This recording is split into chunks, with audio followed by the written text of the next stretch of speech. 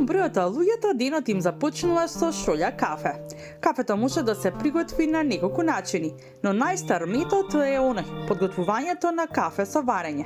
Во старата Скопска чаршија, во близина на познатата Златарска улица, може да го испиете највкусното кафе подготвено на песок. Бурхан Асан е човекот кој со многу љубов го подготвува кафето кое секогаш е таза со мелено. Те знаеме да готвиме кафе. Ова е малце поинако, значи на песок. Джезвињата што се бакарни, постари, така, поинтересни се, по вкусот друго е. Нормално битно е и кафето, што кафе користиш. Ова кафето ми е мое лично. Сега да не доаѓа до реклама, арабика е, чиста арабика, затоа што сам си ја печам и сам си ја мелам. Машината тука ми е по 200-300 грами. Сега тајната, како што реков на почеток, сите знаат да готват. Ама некои си ќе стаат, пример, вода, шекер чакопи или без шекер, па кафето ги тура дозгора, па стаи на рерна или на плинско, ќе имеше. Ќе измеша нормално, исто така, ама друго е кога ќе ставиш прво кафето, па после водата. Строго со ладна вода. Него си потопло, побрзо ќе биде. Ама не е тоа. Но која е тајната на добро подготвеното кафе?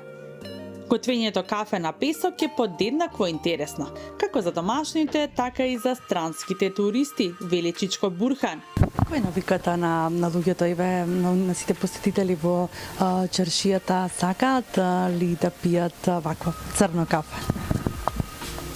Интересот е многу, затоа што јас кога почнав пред 3 години, едно време кај да седнеш турско кафе нема. Евентуално по некои во чаршијата, во чајджилници, ама таа на брзинка кафето од продавница си земал, си стаи, не е тоа. Друго е кога ќе се мели тазе, ќе печен, убав мирис, убаво кафе. Интересот е доста големо, има се интересно и како на песок се вари кафето. Па некој нешко дај ми со песок кафе. Не викам со песок, немам, викам, може, викам, само на песок да ви готвам, викам. Самиот топлината на песокот си ја готвам. И некои па ме прашуваат, вика, кој ќе идам на море, може ли, вика, викам, стај, викам, од саба или до навечер, вика, ќе виде, викам. Тоа од одгора само кафето, топлината ми мели жешко песокот на плашата, рече. Има заинтересирани, што ми се задоволни муштирите, и јас сум исто така задоволен. И се трудам да не го изгубам вкусот на кафето.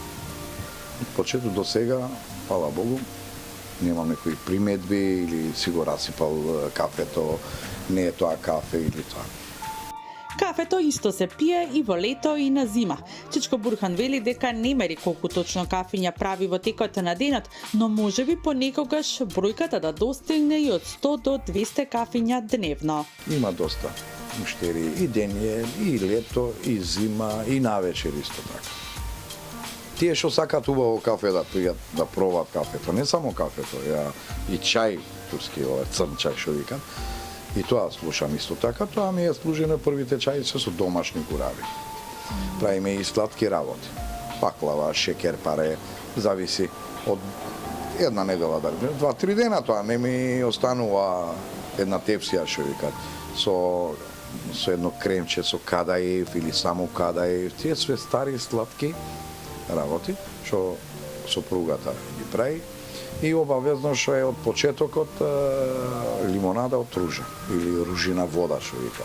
Тоа е многу старо рецепт, од самата ружа се прави, вкусна ружа има, тоа е лимонада негазирана, пред 100-200 години правило.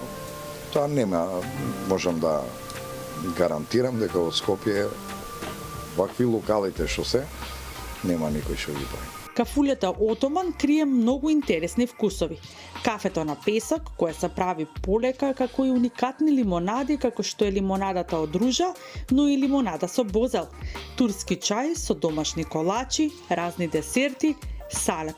И сите овие вкусови за вистинско уживање во старата Скопска чаршија.